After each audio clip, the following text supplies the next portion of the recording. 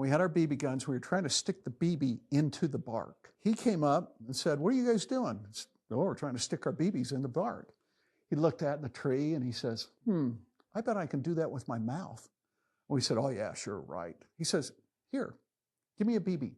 Popped it in his mouth. He swished it around, got it nice and wet, and went, and he shot it into the tree. Well, at least he said he did. He says, "There it is, right there. Look in the tree. There it is." And so he started walking for the tree, looking up and down for the BB. And we almost get there. He says, "Oh, it fell out right there. It fell out." He was an amazing storyteller. He was a writer in Hollywood. So in other words, there was no BB. There was no BB. Exactly.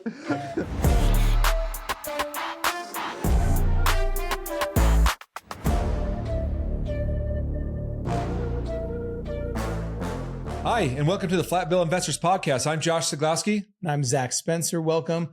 Josh, it's good to be back on the podcast today with you. Today, I am happy and pleased to introduce a longtime friend of Josh's. And his area of expertise is a self-directed retirement accounts. He's managed in the banking and payroll department for the entire JCPenney company, which is pretty cool. We'll get into that a little bit. And he became a CFO. He's raised money. He's helped in M&A. And now he's formed a company we'll get into as well called Elite Pensions. That was almost 20 years ago. Today, we have Steve Barnett. Steve, welcome. Well, thank you. It's a pleasure to be here. Thanks. It's great to be here with Josh. Yeah, that's your biggest smile, Steve. There we go. That's good. I love it. Okay. Well, so I'll just start off by asking, how did you two meet? It sounds like you guys have a robust history. I do. I remember how we met. Geez, I want to say 15, 20 years ago. I don't remember the year. It's before I had kids. So my oldest is 18. I was doing foreign currency at the time. And there was a gentleman in South Ogden that had a software. I was going to partner with someone on this software, and then they backed out. And somehow I got introduced to Steve. Yeah, that's where I can't figure out what happened. And then Steve came into the office. We met, and then we started talking about the option of being a license holder of this guy's software. And then we kind of went a different direction, and we had our own foreign currency fund. It didn't go well. Foreign currency isn't something I recommend to anybody. That is a beast. It was kind of like my last time of doing foreign currency is pulling that Band-Aid. Like, there's so many other opportunities out there. But Steve's a guy, Steve's a wealth of knowledge. I've learned a lot from Steve. I don't think a lot of people know about self-directed IRAs. So why don't you talk a little bit about what self-directed IRAs are and why you got into that? Well, the way that I got into it is when I was a CFO, we raised money for companies to come public. And we had a group of investors that I stayed quite close to. And we started investing in all things real estate, flips, foreclosures, hard money loans, rental units. And we were doing extremely well. And so one day this guy came to me, one of our investors, and says, "Steve, we're doing so well in our deals. How can I take my retirement account and invest it in them?" I said, "Mike, I know there's a way. I've been exposed to it." And so I went back to the ERISA attorneys that I dealt with at the payroll department at JCPenney. ERISA is the law that governs retirement accounts. I said, "Hey guys, this is what we want to do with our retirement accounts. How do we do this?" And they're the ones who actually showed me the structure that we used. Now, this was 21 years ago. Mm-hmm. And I asked them, I said, well, I remember I was driving down the freeway. They told me about it and the light bulb went off because I knew of all these opportunities. And I said, well, how much do you charge? They said $10,000 to $15,000. And that's when the light bulb went off in my head. And I said, guys, we need to make this sort affordable to nearly anyone. Mm-hmm. And that's really how I got into it. But what it does is it allows us to free up our money in our retirement accounts and invest in things such as real estate, foreign currency, cryptocurrency, all things real estate, commercial, residential, like I mentioned earlier. It's always funny to see what it doesn't cover. It's like rugs. Oh, yeah. Isn't it like rugs? You just mentioned, stamps? You just mentioned that you can invest in foreign currency, and I think we already covered that today. So. Yes, we covered that. You can do that, but do not do that. This is not financial advice, but maybe avoid that. But you can invest in businesses, foreign currency. Not foreign currency. Not foreign currency. Yeah, you can. Real estate, stocks, options, debentures, private placements. Now crypto. Right. Now crypto, yes. So, just about anything you can think of. And so basically, instead of me just giving my money to a fund manager at Charles Schwab or something, I give them my money and they just put it in a high yield account or in some sort of a mutual fund and it just does its little thing. this allows me to say, hey, this is where I want to put my money. You got it. And the thing is too, to that point is not a lot of people know, but when you are at a job and you're a W-2 employee, you have a 401k. A lot of times people these days are going to new jobs or they're becoming self-employed thereafter. Yeah. Well, that 401k turns into an IRA, individual retirement account. Okay.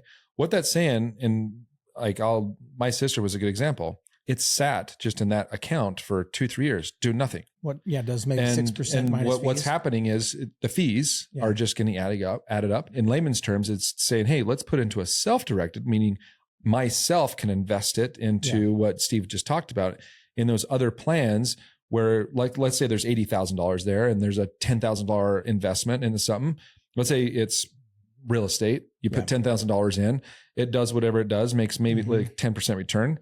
When it's done, it goes right back into that account, right? And that interest then becomes tax-free by the time you retire, right? Still tax-free during the time you have the IRA. Yeah, right. Once you liquidate or once you take a distribution, then it's taxable if it's a traditional IRA, non-taxable if it's a Roth IRA. So like when you were talking about, I can take my money, I just want people to know kind of the difference between IRA and Roth IRA. Roth IRA is after tax money, and then IRA is before tax money, which is normally 401ks and what they roll over. That's why some people refer to a Roth as kind of like an IRA, like on steroids. Like it's kind of like it's a beautiful structure. It's the beefed up It's version, a right? beautiful structure. Yeah. I'll tell you a story. There's a kid, I call him a kid. He was probably 23 years old. He came to me and said, Steve, I want to set up a total control IRA. That's the brand name that I gave it. I ask questions to my clients, and make sure that they qualify for it, and make sure that everything's going to work for them. And I asked him the question. I said, how much money do you have in your IRA? He says, well, I have about $6,000. I says, I'm not sure this is the right structure for you at this time. This may not be the right structure for you. It may be cost prohibitive. And he says, Steve, you don't understand. I said, all right, I'm happy to do it. So we set him up, and he had an investment where he could double his IRA every time he flipped some inventory. Boom, boom, boom. All right, 7 years passed. He's now probably 30 years old. The CPA called me up and says, Steve, I have a tax question on Mark's IRA. Can you help me? I said, sure, shoot. And so after we were done, I said, by the way, what does Mark have in his IRA now? And he says he has 45 single-family homes, and he's making $65,000 a month in his IRA. Good for Mark. So he's turned $6,000 into probably tens of millions of dollars. Now, here's the kicker. It's a Roth IRA. He'll never pay taxes on that money again. Good for him. Yeah, that's awesome. Yeah, that's great.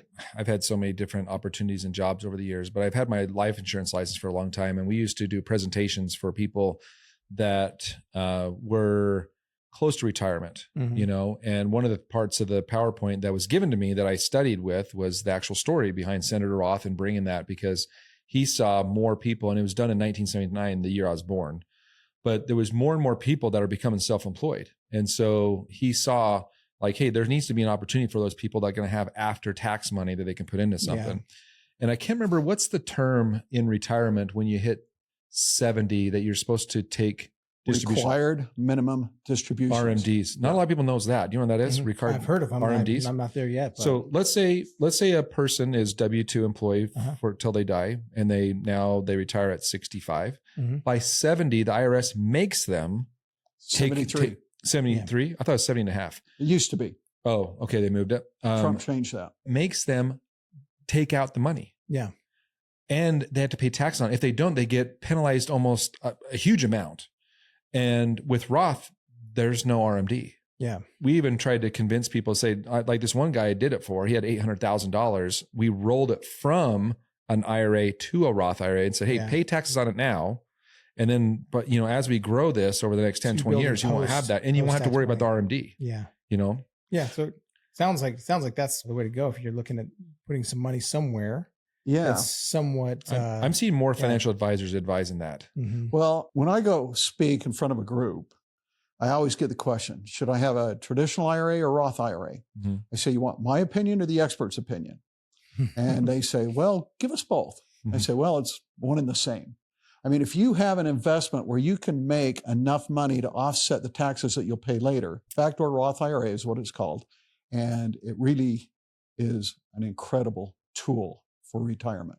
So Elite Pensions, you said it's been around 21 years? 19 years. 19 years, Yeah. coming up on 20. Yeah, that's Why'd that's you big come time. up with the name Elite Pensions? Well, when I started the company, it's really kind of funny. I had my son helping me. We were trying to think of a name, and he's the one who actually came up with the name Elite Pensions. And I remember we got up early in the morning, started working on it hard, and we came up with this name. And then we're saying to ourselves at about 9 a.m, okay, what do we do now? And so we opened the phone book. How old was he at the time? Oh, he was like 18 or 19 years old. Oh, I'm surprised. Yeah. I didn't know what a pension was when I was that age. Yeah, Because that's different. That's different than self-directed IRAs, Yeah, but still, yeah. you know, it's got the same meaning of taking money You'll have to when you ask, die. You've got an 18-year-old. Ask him what he knows about pensions today. I know, right? But That's true. we ran out of things to do at 9 o'clock. So we literally opened the yellow pages back then. And we went down and looked through different businesses and said, okay, where could we maybe talk to somebody here and maybe sell our IRAs, our retirement account? And we came across a guy out of Ogden. His name's Brian. And he's the first guy ever set up. And I called him up, and he was selling real estate and teaching people how to invest in real estate. And he was actually doing it through another company. So I went up to his office, sat down with him. I was scared to death. First time I ever done this. Yeah. And I presented it to him, and he said, I think I'll go with you. I go, oh my gosh, that's incredible. Yeah. Did you know what to do after that? After you Oh said yeah. yes? I mean, I was competent enough. I'd been Yeah. studying it for a year, quite frankly, after I learned about it. Uh-huh. But still, I was scared to death. Sure. That's the first time I've ever done one. It's That's the entrepreneurship, Oh, right? yeah, That's yeah. my book that's coming out. Take your shot. Yeah. You took your It's- shot. That's it is exactly right. such a reoccurring theme. If you'll go back through and listen to a handful of the interviews we've done on this podcast, there's countless amount of people that they say, well, I didn't know what to do next. So I opened up the phone book and I started dialing. Yeah. And they just, that's probably 2 or 3 or 4 people out of the few episodes we've done that have said, I just started calling people. Yeah. It's funny because I'm just reading a book right now that he said he did the same thing. This author, he said, I got to the door and I'm not even wearing the right brand because I haven't even made shirts yet. Yeah. The guy said, sure, I'll take it. And he goes, well, I don't actually have a team yet, but hang on, basically. So you're kind of in that I was kind of in the same boat. Mhm. And then after that, this is where the magic or the miracle actually took place. He referred me to another guy. I set him up.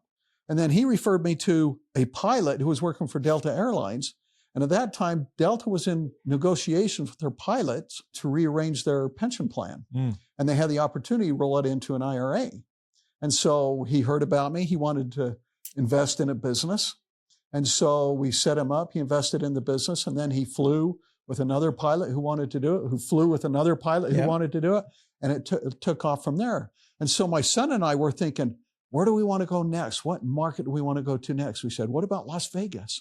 So I went down to Las Vegas. I had some contacts there. I went and I met with every one of those contacts. And there was a guy that was actually doing a private placement. And he said, I gave him the spiel. He says, well, what do you want me to do? I said, well, send your IRAs through me. He says, okay. And then he lined me up with a guy out of Washington.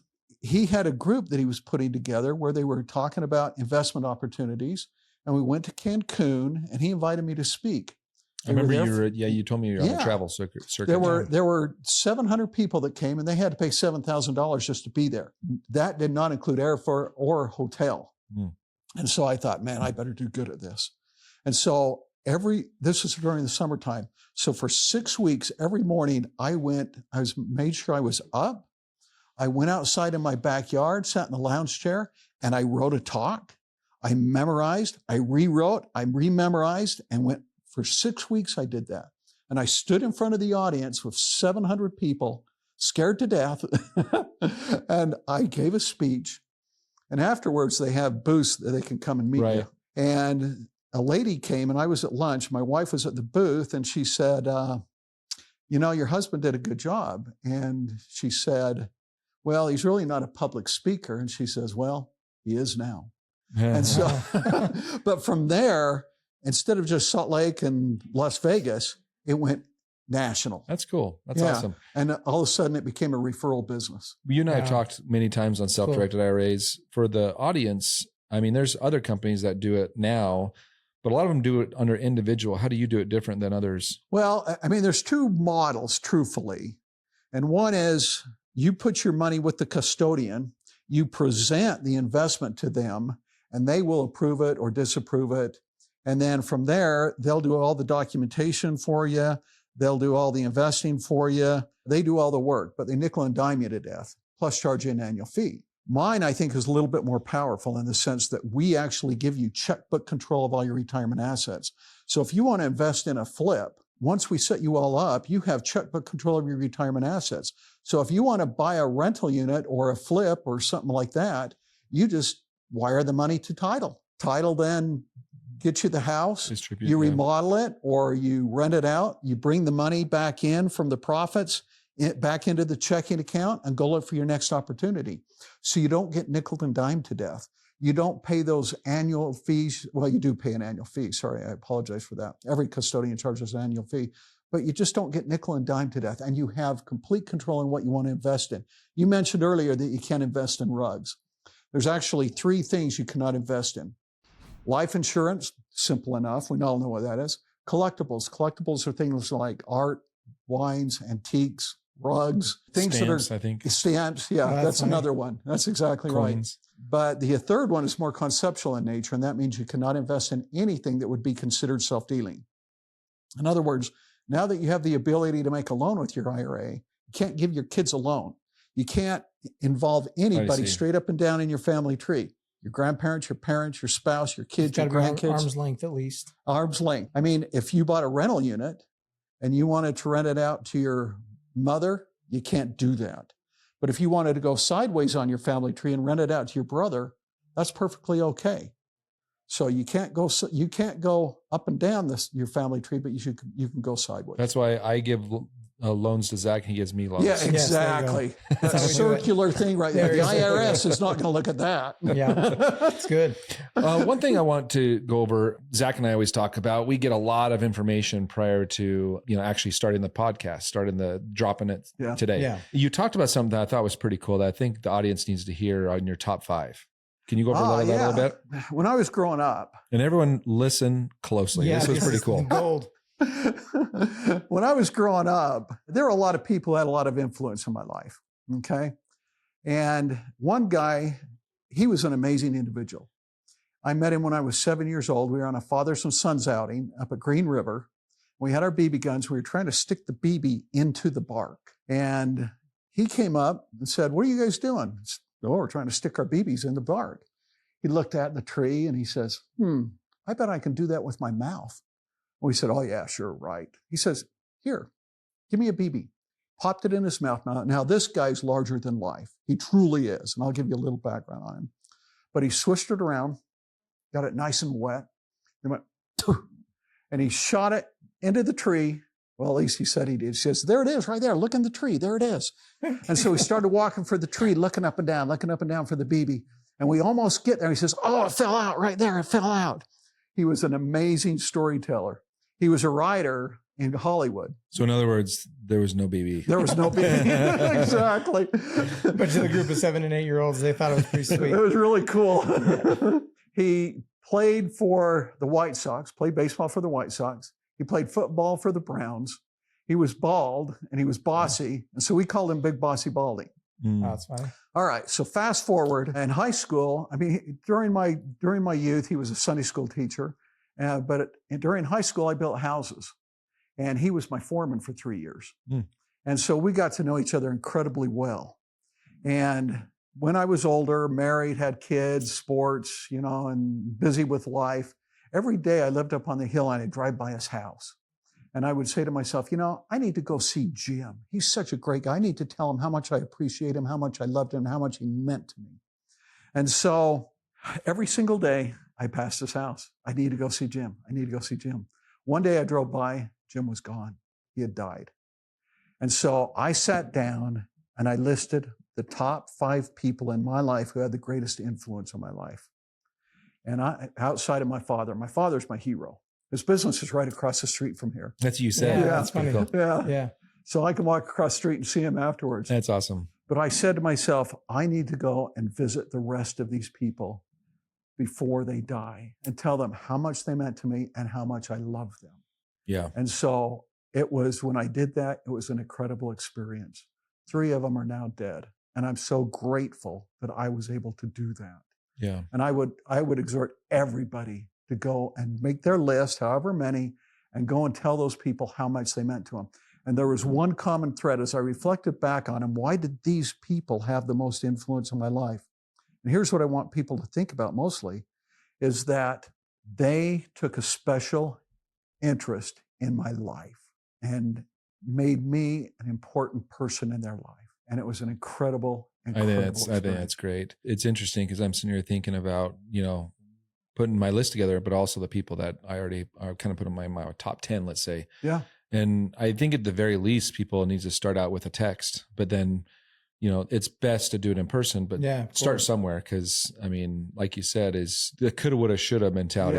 Exactly. Man, I drove past that house every day. And, there's a term that I hear a lot, and I heard it this morning talking with Josh and Gunnar, was relationship capital. Yeah. You think about how, with your bank accounts or other capital that you might hold, but our relationships are really probably more valuable than any other form of capital we can have. And I think that's amazing advice. And motivates me to go, okay, who have I not said hi to?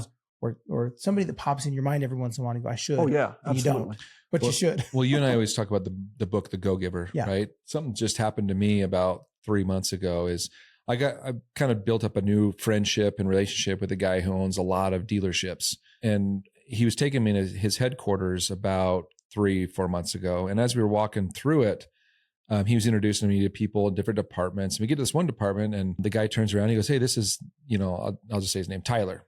I'm like, Tyler? And it's a guy I played basketball with 15 years ago. And we were playing together 2-3 days a week for 2 years, right? Yeah. And I haven't seen him for 15 years. Like, hey, what's going on, man? And we just started talking. And then later that day, he texts me and goes, hey, let's go to lunch this next week. So we went to Crown Burger just in Layton. Good place, right? Great place. Where Josh and I first met. It is a good place. That's our first place we first met. I try not to eat there a lot, but it's really good. That's our first date. That's Zach and I's first date. Pastrami's good for you. It's the buns and the sauce. And the onion rings. Anyways, we sat down, we just started talking, and about halfway through the conversation, he goes, hey, I just had to ask you, like, what's the angle here? I'm like, what do you mean? Well, I mean, because the guy that owns these dealerships, does well financially. And I'm like, actually, I wasn't even thinking about that. I just want to build, I have a thing about building relationship capital, just building relationships and cultivating those. And, you talk about like what you did with those top 5 people. You also think about like, you have to be vulnerable. Like if I'm sitting with Zach and like saying, hey, you have influenced my life so much over the last 20, 30 years. It's actually hard to even say that. It is. Yeah. It's not like a natural thing. No. But I'll bet it gets easier the more you do it. Right. On the 5th one. Yeah. Maybe by the time you're done, you go, hey. Then you list your next 5. Yeah. No, I think that's important. Well, Steve, it's been a pleasure having you here. And I'm glad you were able to make it today. Yep. And I know Zach's learned a lot. Yeah, 100%. Like he was saying with what Gunnar and I were saying today, and what, Zach and I try to meet on a bi-weekly basis on kind of going over what we can do better, not only for the podcast, but in our own lives. So we appreciate that, Steve. Oh, it's my pleasure, you guys. Thank you so much. It's been great. And Josh has been a great friend, and Zach, it's great to meet you. You're a good new friend. Thank you so much. If people want to get advice or work with you on their pension or their IRA or their Roth, where can they get a hold of you? Well, they can find me at elitepensions.com. Okay. Or they can call me at 801-916-2600. Okay. I love that. That's easy. And we'll make sure we put that in the description of the podcast as well.